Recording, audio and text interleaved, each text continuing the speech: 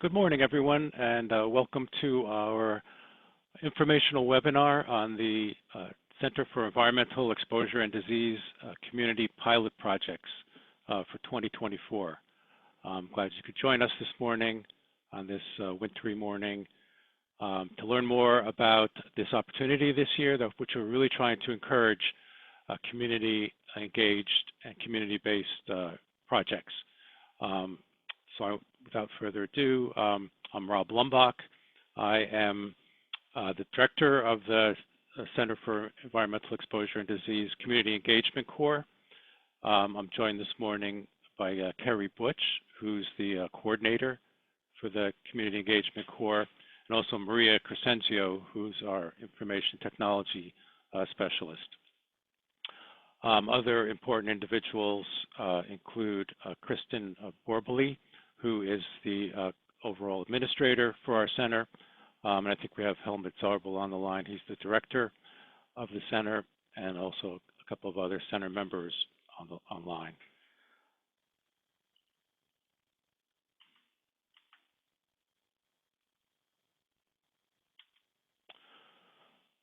All right, so first, an overview.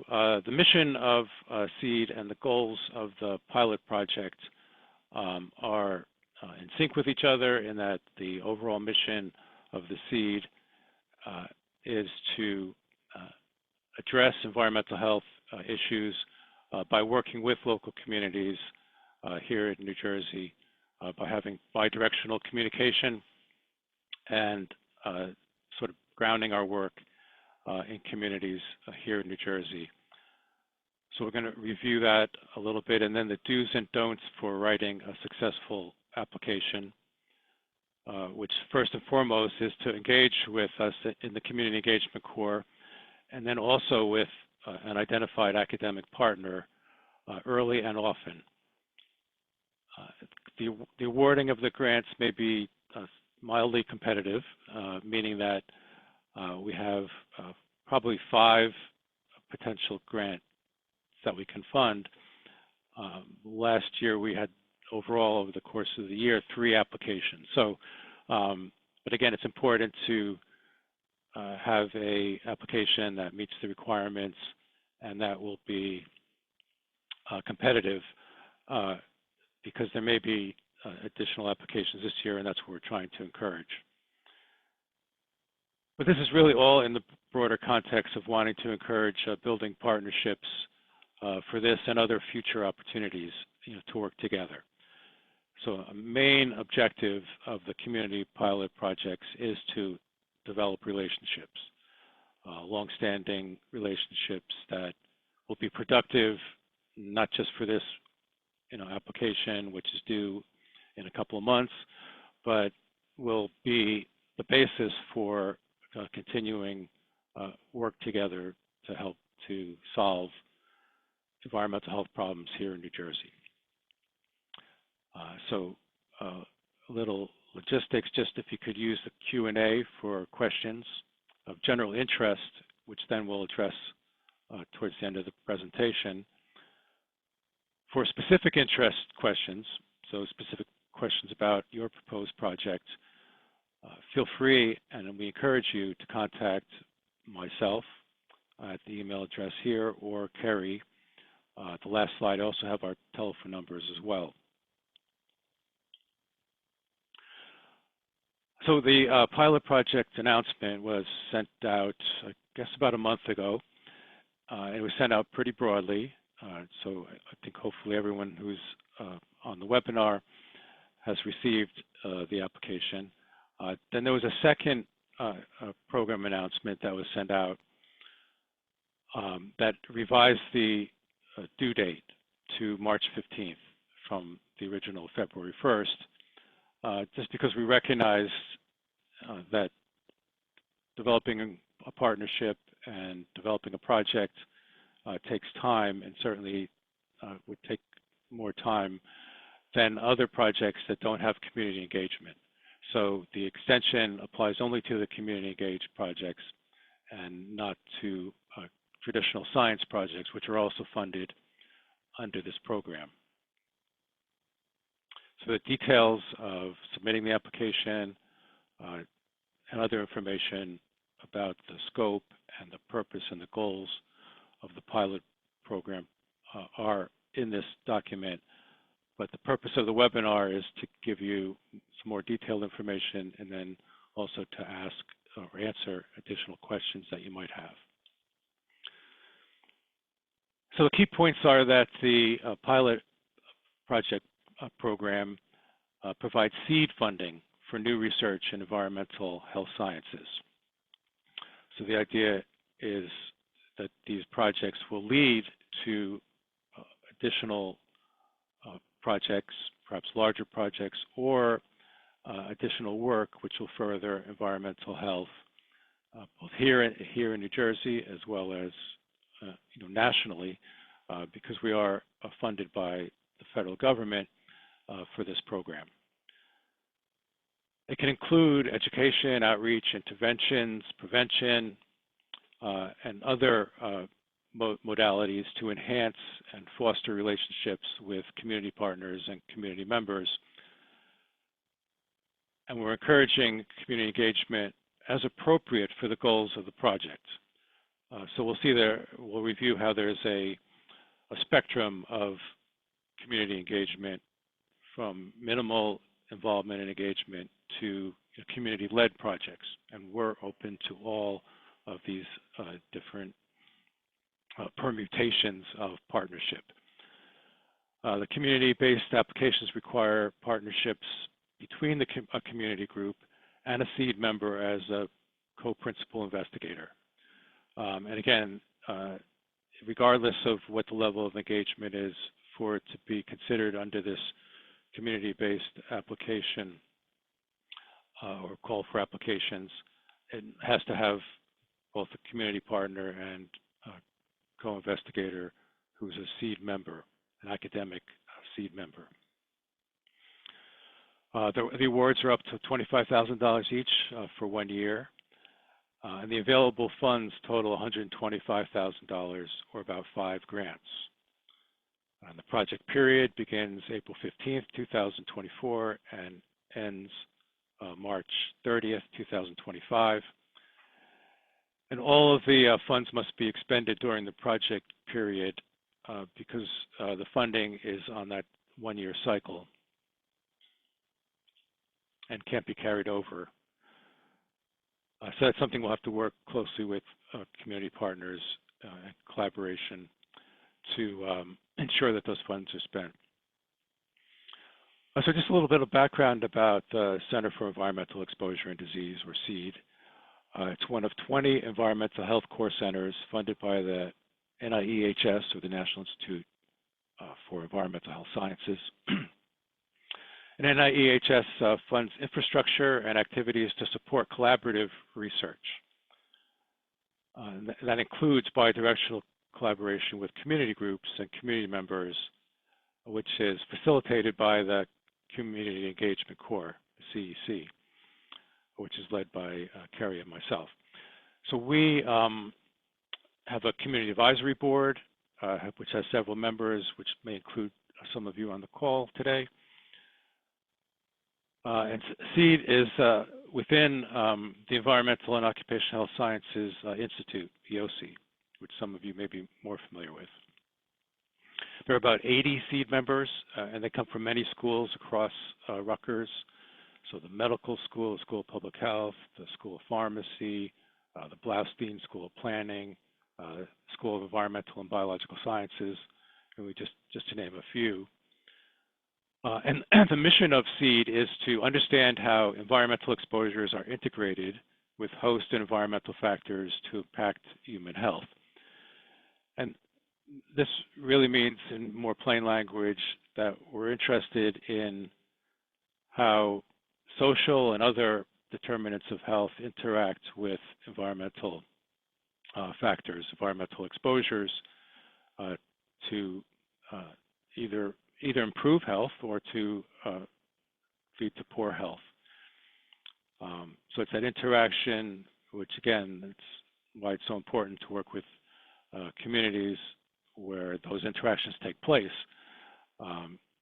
And our mission is to address the environmental health concerns of all New Jersey residents by centering our efforts on its most affected populations. So again, trying to address disparities, which often result from these adverse interactions between multiple environmental and social factors, and doing that again in specific communities, but then having a broader impact of that on similar communities, perhaps in New Jersey and then throughout the country and even the world. So there are 20 environmental health sciences core centers across the country. And again, they work together. We collaborate, especially the community engagement cores collaborate on methods to increase bidirectional communication and often facilitating community engaged participatory research. So the CEED pilot project program is one of the cores, one of the programs within the center. It supports new environmental health research with the potential to improve human health and establish or strengthen community partnerships. And this year there are 2 tracks, community-based and traditional science applications. So again, they don't compete directly with each other. There's different criteria for the community-based and the traditional science applications. And now this year also a different application due date, given that the community-based application due date has been extended to February 15th. So, excuse me, March 15th. March 15th. So CEED is interested, excuse me, in all aspects of environmental health research, including climate change, and is particularly interested in supporting projects involving partnerships with community groups. Applications originating from community groups are particularly welcomed. That's a quote from the request for applications. But all community-based applications do have a stipulation that they must include a CEED member as a co-PI. So again, really trying to encourage collaboration. And then some of the requirements of doing community engaged research, such as IRB approval and also a transfer of funds, is facilitated by having a member from the center being a partner in these projects. So we're looking for applications that are collaborative, community engaged projects that are going to build partnerships. And the basis of this is the insight, I think, that we have that defining and addressing real-world environmental health problems requires this type of collaboration. And as Linda Birnbaum, director of NIEHS, until her retirement a few years ago, said, communities are where environmental health happens. So we want to be where environmental health happens as the Center for Environmental Exposure and Disease. And we recognize that doing community engaged research combines complementary expertise and capacities of both community groups and community members and academic scientists. We're looking for creative collaborations where, again, there's synergies between the capacities and the skills and the abilities of community groups and academic collaborators. So we recognize that community organizations may offer in-depth understanding of environmental issues affecting local neighborhoods based on lived experience or working closely with community members in communities. And they have community groups, community leaders, typically have trust-based relationships with residents that can assist us in effectively engaging participation in research and organizing. So being trusted messengers in partnership with us is very important to us as scientists. Community organizations also offer capacity to conduct grassroots education and outreach within specific contexts, either culturally or linguistically in communities, and then also insights on feasibility and acceptability of potential solutions for communities, because we often think we know what people need and want and what will be helpful in specific circumstances and communities, but we have to always learn humility that we don't necessarily know, and we need to have that kind of communication with more grassroots in communities. And then the community groups have the drive, again, expertise, the resources to make changes, to achieve improvements in environmental conditions in communities through their activism and by applying political pressure, which is something that, at least for direct advocacy for what might be called lobbying, we as scientists using funding from the federal government are prohibited from engaging in directly. But again, by providing science and the things that we can offer in these partnerships, we can support action to improve conditions.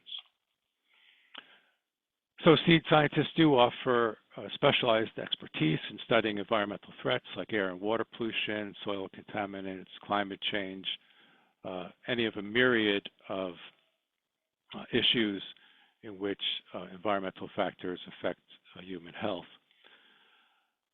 We have the ability as an institute and as individuals to accurately measure hazardous exposures and estimate associated health risks, providing that information to communities, as well as having resources for environmental sampling for laboratory facilities, to analyze samples and to, again, do that in collaboration with communities.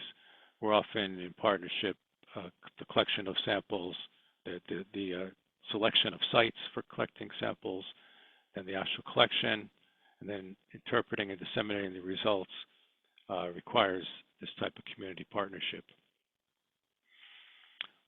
And then we also can provide and assist community members with understanding of current scientific literature and how to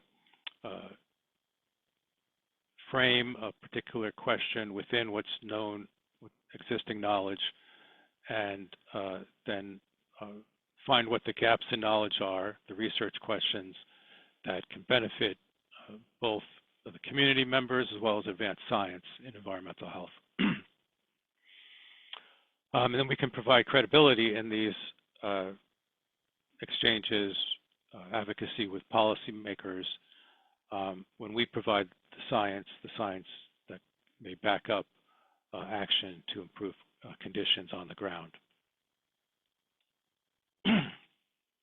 So a few examples of projects that have grown out of CEED funding in the past have included a lot of work that's been done with the East Trenton Collaborative on projects to better assess a community exposure sources for lead, as well as advocating for improvements and for efforts and actions to reduce that exposure. Work with the Newark Water Coalition on soil and dust lead exposure, so going beyond paint exposure. Also earlier, some contributions that we made to the issue related to lead in drinking water in Newark. with Sustainable Jersey City, we were involved in a climate change and air pollution project, and then contributed to development of an EPA community air monitoring project, which is just getting underway. And all of these projects are examples of projects that led to further collaboration, built relationships, and then led to additional projects. So Sean Stratton, who I believe is on the call, a graduate student in the School of Public Health, got a grant and award as a graduate student to continue that work in the East Trenton Collaborative. And then with Sustainable Jersey City, the CPA project is a $500,000 project to expand community air monitoring in Jersey City. And then in Elizabeth, our work on the ground with the Elizabeth truck count and air monitoring that led to or supported a ban and that rerouted trucks from a residential street. Also supported with additional air monitoring, community-led and based air monitoring to Groundwork Elizabeth's participation in an EPA, also $500,000 community air monitoring project. So again, these are examples of the kind of work that we'd like to do with these CEED pilot projects that then leads to bigger things, basically. And where these projects will lead in the future too, we are very optimistic that we'll be continuing these relationships and continuing to expand and do things that are benefiting not only local communities but also contributing to environmental health science, generalizable knowledge that's useful not only here but in other communities across the country. So the goal of CEED funding, the pilot funding, is again for community engaged research in this track, the community engaged track of the pilot projects, to advance science as well as improve conditions in communities. So we're looking for communities that are informed by the lived experience of people, projects that are informed by lived experience in communities. Projects co-designed and developed by community and academic researchers. It doesn't necessarily have to be like equal in terms of the roles. Again, we're looking for complementary roles that are equitable. But again, with shared decision making and also the whole spectrum of community engagement, which we'll review in a moment. And this then enables rapid report back and sharing of results. So not only the research itself, but also how it can be disseminated and then made useful in communities. Communities can then also engage local decision makers, educators, health providers, and other environmental professionals, and other sort of meta benefits or ancillary benefits of this type of research are building literacy in science and environmental health, through participation of community members in these projects, and again, participation in many different forms. And then building capacity for response to changing environmental health needs in the future. So, one example of that certainly is with climate change and how we might anticipate additional impacts in the future and how we're going to prepare for that.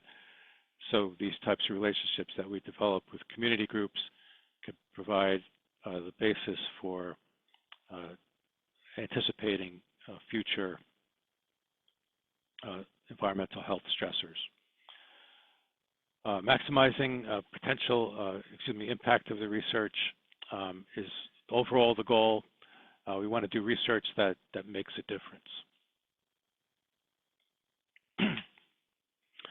So just to elaborate a little bit on what I mean by this full spectrum of community engagement and research is that engagement can take many forms and can range along a spectrum of increasing engagement from informing to consulting to involving or collaborating to shared leadership to community-driven research.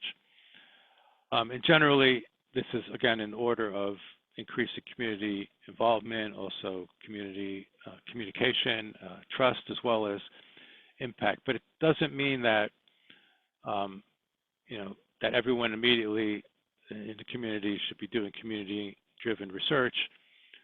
And even to the point of, shared leadership in what might be called, or has been called, is called community-based participatory research, or CBPR, which is community engagement at every every stage of the research, from developing a question, a hypothesis, to gathering data, to analysis, data analysis, and then interpretation, and then dissemination.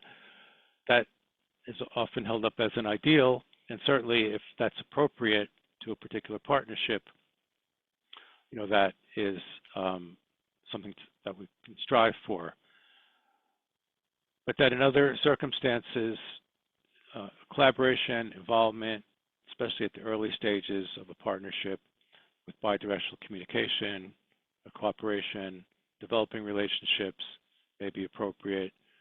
At earlier stages, the beginning stage of developing a partnership, when a community has a need, a community group has questions that they need answers for, that we can potentially help to provide those answers, or help to do that, without necessarily developing a full-blown project.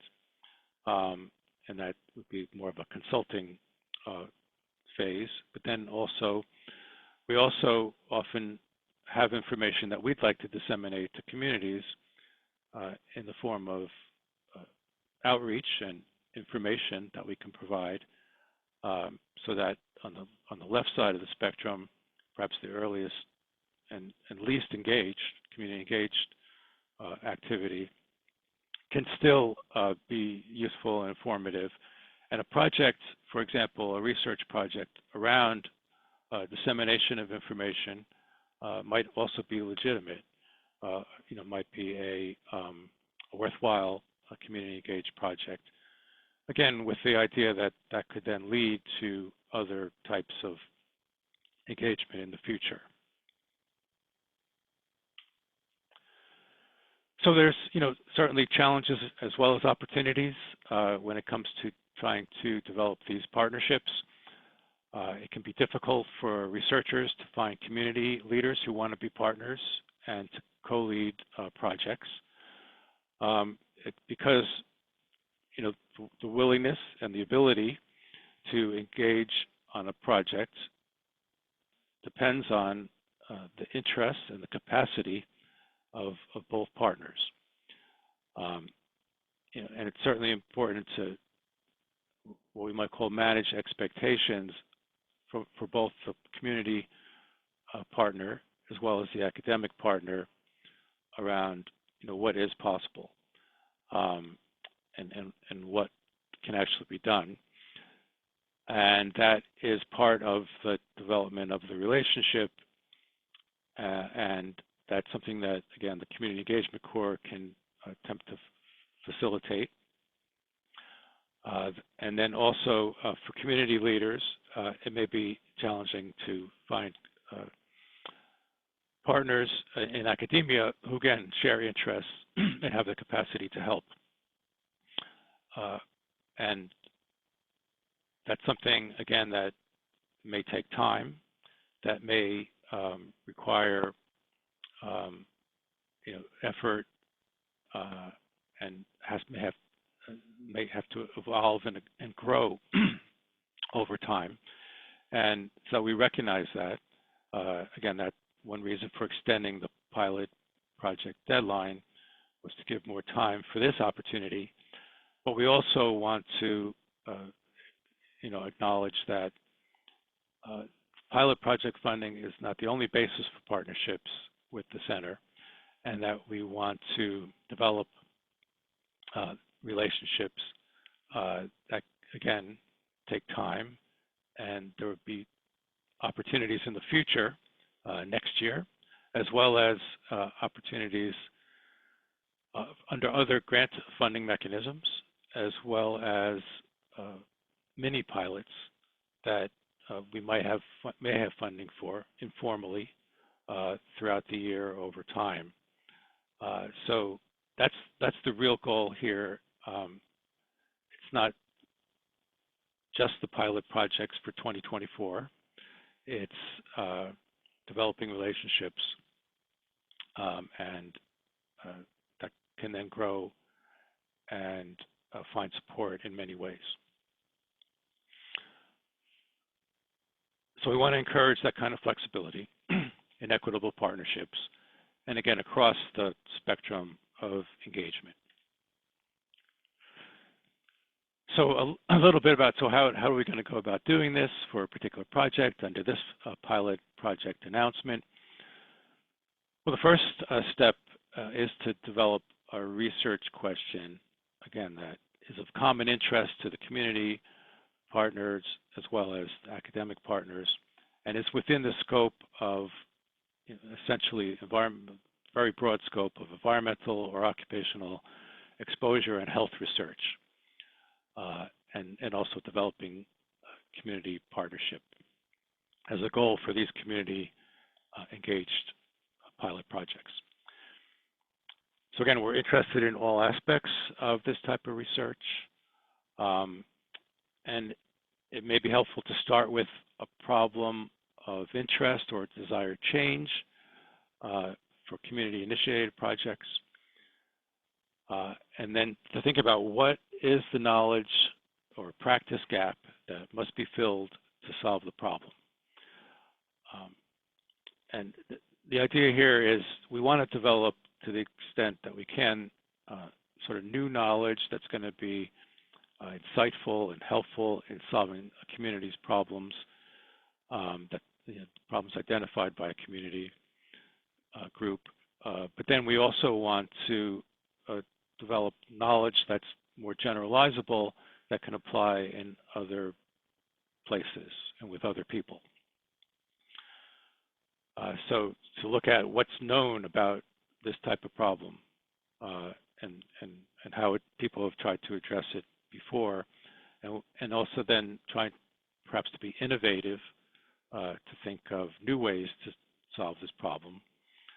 And then we want to place the question, in the context of what's known. And these questions, often in environmental health, are questions about things that we can measure. And that's where the science complement comes in, that we can measure exposure. And so the question is, how much exposure?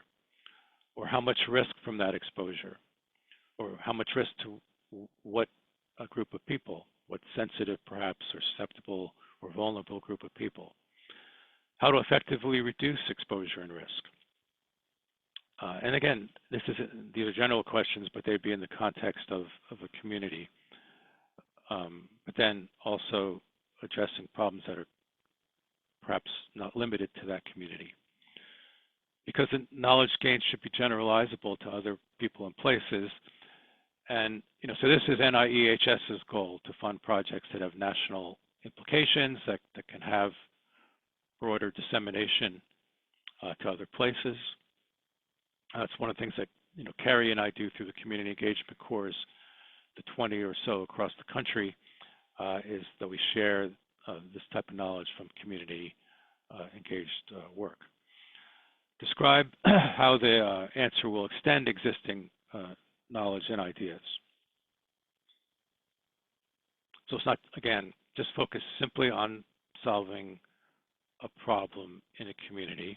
For it to be research and to be of interest generally to environmental academic scientists, there generally needs to be something more like a larger question, a question with broader implications. So we are encouraging applications originating from community groups. Again, more at that right side of that spectrum of community-driven, community partnership research. And that will usually require a community-based organization that has an organizational structure and leadership, and that typically will sort of exist. It's not created typically to have a collaboration with CEED, but to has its own history and exists regardless of any research project. But it doesn't mean that unstructured groups or groups that are more grassroots or that are just developing can't, again, get engaged and start that process. Working with us, perhaps we can help with capacity building and empowerment of interested community members to establish a structure and leadership that then we would be able to engage with in organized projects. And again, we'll work with communities at whatever stage to help to develop these partnerships.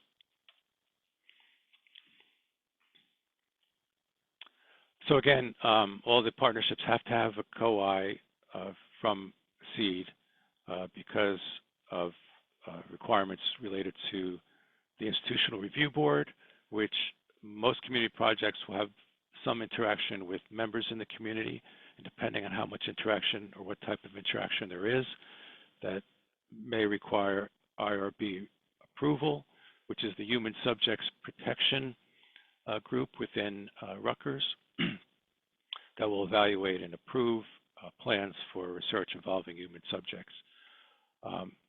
And will assist with those applications to the IRB as necessary. And also, again, the funding of the research is facilitated by having a CEED member as a co-PI. And we'll work with community groups and academics to form those partnerships. Again, there's 80 plus CEED members with varied interests. But we have to have realistic expectations about the time and the feasibility of developing effective partnerships. And this, again, it's a stepwise or step gradualist sort of process of growth and development of partnerships that each one will take its own sort of time course in terms of development. And again, we're looking at this application deadline of March 15th, but we're really looking beyond that as well. So just a real quick rundown of what's required for the application. So the first important step is to consult with me or Kerry and or a CEED partner if you've already identified one, and to consult with us early and often about the plans. A lot of straightforward things required here in terms of the investigators and the title of the project, but then the hypothesis for the community engaged research, think of that more as a research question. Again, that knowledge gap, what's needed, what do we need to know in order to solve a problem, and that could be also, if we try to solve a problem in a certain way, what would be the result?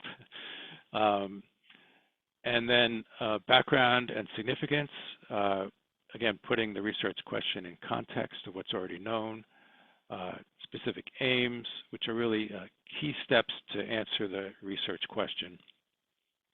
And then methods analysis, how you would answer the research question. And again, the focus is on this research question and having a question that you can answer by doing the study. And then human subjects, again, is important.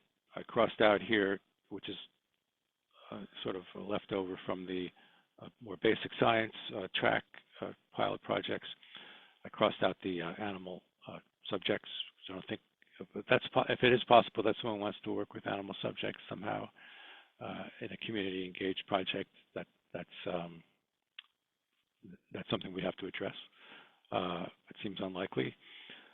And then again, it's important to outline the expected results and outcomes. Again, this is important to assessing the significance and the impact of the project. Typically, our overall goal is to lead to additional grants from NIH and also publications and peer-reviewed science journals, which may be a more distant goal for community partnered grants. And we're looking really for relevance to CEED's mission related to community engagement, which again is to form these partnerships and to work in local communities.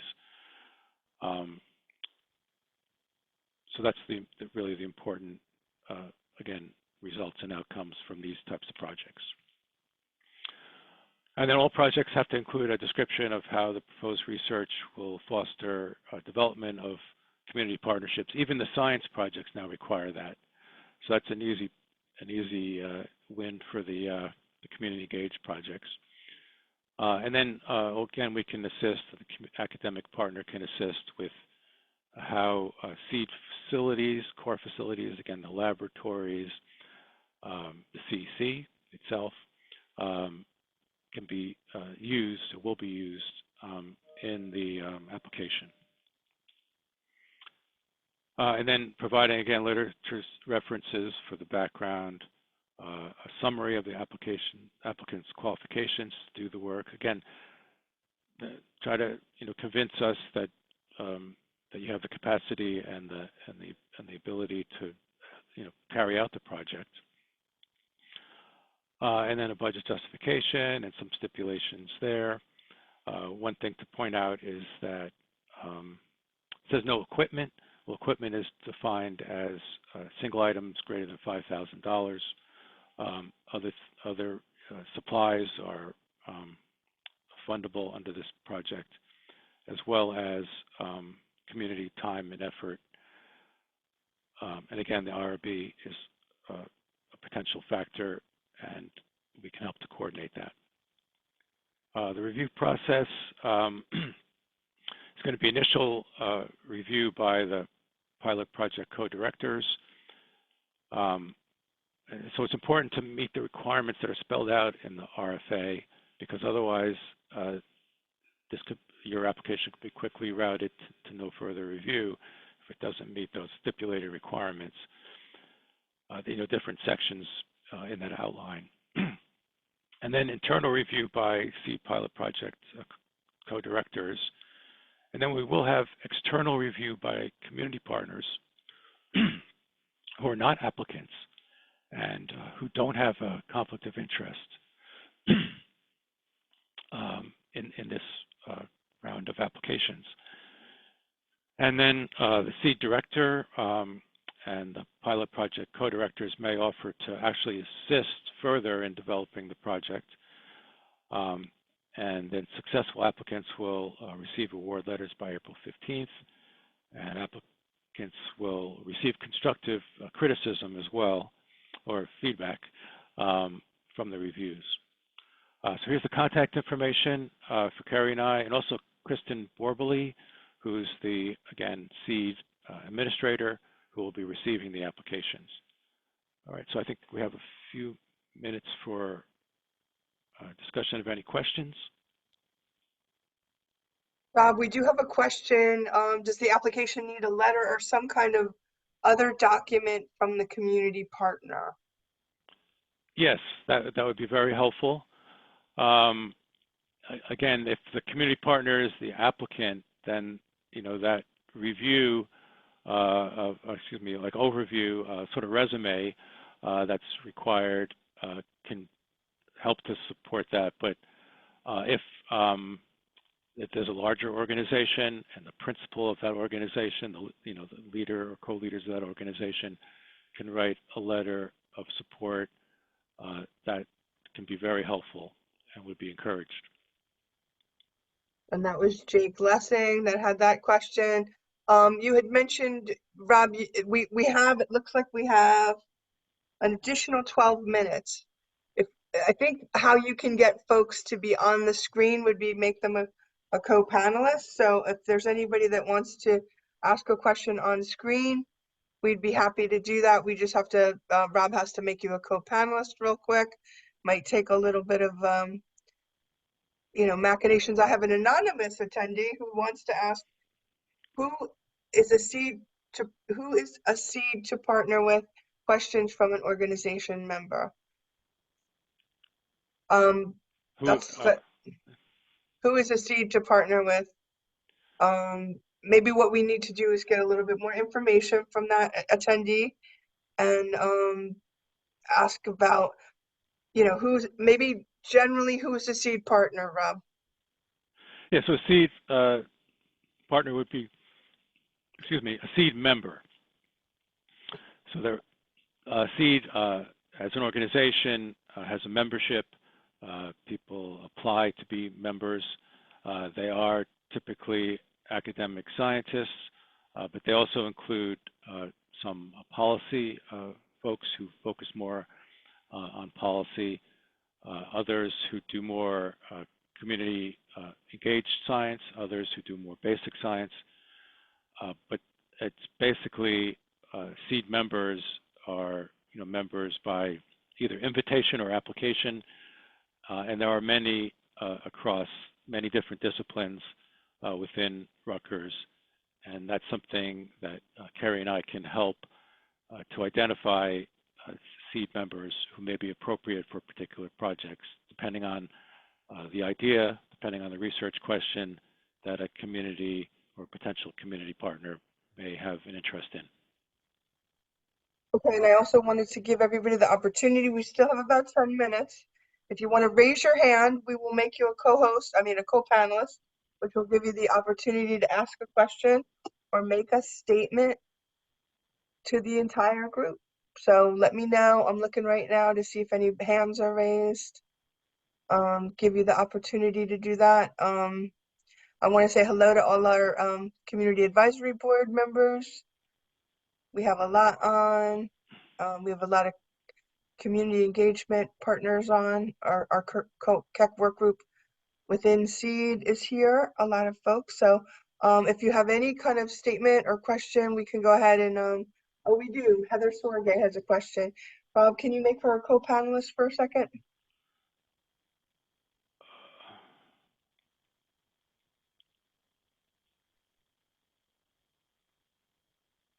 Oh, all the way at the top with the hand raised. All right, yes. Hi, Heather. Hi, good morning.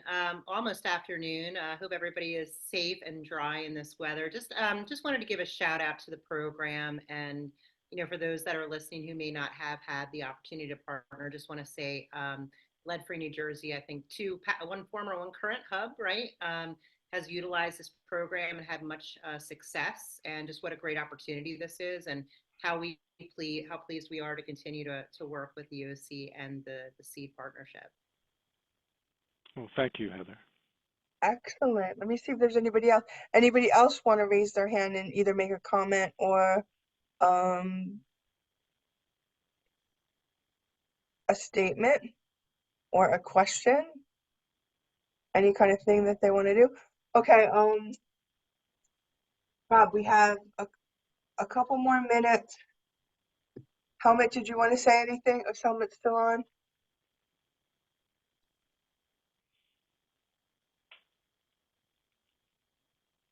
Yeah, but already we've met with a few people that are interested, and we are excited that new people are coming to the table with new proposals in new places that we haven't necessarily studied before. So we're interested in all of that. So we have another it's Christine Vogel would be next. Rob, could you make them a co-panelist? Christine Vogel. Hi, Christine. Oh, hi. Nice to meet you. Very interesting project. I'm with Clinton Hill Community Action. And the question I had is, we're very interested in uh, community-based action research. And it's very much a part of our approach to working with the community in Clinton Hill. But my question is, if you're doing truly that, you have to leave a lot of latitude for the project to move in the direction that the community sort of defines it. So how much do you have to know when you're writing the application or talking about the research question and process? You know, how much do you have to be able to anticipate what might happen, or how much can you just describe the process that you're going to engage in and trust the process? Yeah, that's commonly, an issue, like, sort of like the traditional, research grant application, is about, again, this is what I'm going to do.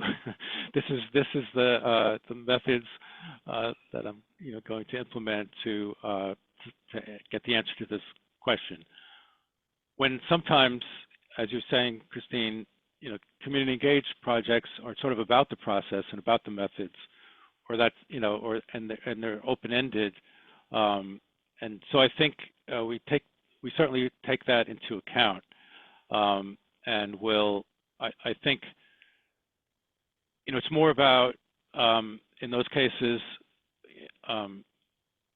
sort of showing that you're sort of going in a direction that's going to be fruitful, basically. That that you have like, say, an advisory board, or you have some type of organizational structure that's already working on this project, and and then you need funding to further develop the community engaged aspects of a project. That again, there being like an allowance for that type of approach, and part of again, the question could be about how you would go about engaging the community, and not necessarily like the results of a project. Again, not necessarily the scientific results. I don't know if that's helpful. It's very helpful. Thank you. Okay, we also have a shout out from, it's greetings from Lazos Americana Unida. Thank you for the invitation, and we do community-based participatory research too. So I'm looking to see if anybody else has raised their hands. Gary, can you guys hear me? Yes. I'll just make one comment to the last person who asked a question. When we do scientific projects, we often don't know the outcome either. And what's important is that you have alternatives. This is what we're trying to do. If it doesn't work, or if we find something completely different, this is the direction we go in, so that you're not giving something that's a one shot and could be a dead end. Always provide an alternative if something doesn't work out exactly the way you want. I think that's a good message. Thank you. Okay, we have Rob, can you make Janice Relford Apollo a co-host so that they can ask a question? By Janice. Good morning / afternoon. I am with Clinton Hill Community Action. So the question that Christine had asked prior, when data is collected, are you saying that the data must be something that is more geared to what we actually are requiring, or should we have the vision of knowing what we're actually wanting prior to collecting that data, meaning the questions or the key points? Because one of the problems that I see when and I hear this from a lot of organizations, Robert, is that when they collect data, they don't really know how to use the data. So are there any proper suggestions on how, the data should be collected? I know we talked about the scientifics and blah, blah, blah, but what actually can we do to narrow down and to try to pinpoint some of the actual needs for what looking for? Well, I think that's, a major goal of a partnership would be to, sort of clearly define what a question is, or what we're trying to learn, and then how our actions, data collection is going to help to answer that question, to think ahead about that. And as you're saying, think about, sort of develop the project with the end in mind, which is a little bit in contrast to what, Christine was just saying about we don't necessarily know the end. But I think that's a different type of project. Like when you do know the end, like what the goal is, then the idea is to, again, working with a community, with the academic partner, to make sure that the scientific data, let's say, that you collect is going to help to answer that question, and what the limitations might be. And again, part of that is managing expectations that scientific data has limitations on what it can, how it can be interpreted, right, in the end.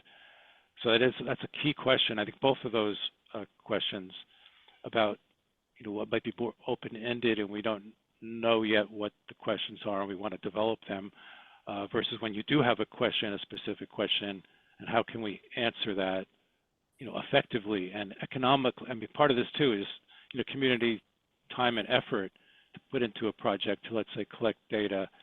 Is it going to be worthwhile in the end? So it's important to think that through. And again, for us as academic partners, we have the same issue, that we have limited time and resources, and we want to try to maximize the impact that we can have. And speaking of time, unfortunately, we are out of time right now. I just wanted to share my cell phone number because I'm easier to reach that way. My cell phone number is 732-982-6942, and that's 732-982-6942. And then Rob, do you want to give a closing statement? Sure, and I just put our contact information back up on the screen too. Yes, so this is a relatively new approach that we're taking, or strengthening the approach of encouraging community engaged research. We have a new 5-year cycle for our center, which is going to be funded starting on April 1st. And the direction of the center, developed by Dr. Zarbel and other leadership within the center, is really focused on community-based and community-engaged research and relationship building. And we're looking for this pilot project to be part of that. But it's a bigger initiative, and it's a longer-term initiative than just 1-year pilot project. I really appreciate the active engagement of the audience, the people who are on this call, and the great questions, and looking forward to working with you. Thanks, everybody. Thank And you. we will assist you in the application process throughout. Yep. Don't hesitate to call often and Early and often. early Yeah. and often. Thank you. And this is right. Hamlet Zarbel, just one more comment. Basically, use your scientific partners. If you have questions about data, how to collect it, how to interpret, how many data points do you need, et cetera, that's what we're here for. Don't be afraid to ask, and ask during the development of the project as well, so that we can anticipate problems before they arise.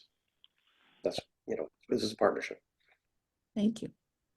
Thank you, everybody. This Take is care. Maria. Just a quick comment that the application information and requirements is going to be posted on the CEED site shortly. Great. Thank you, Maria. Take care, everybody. Thank you.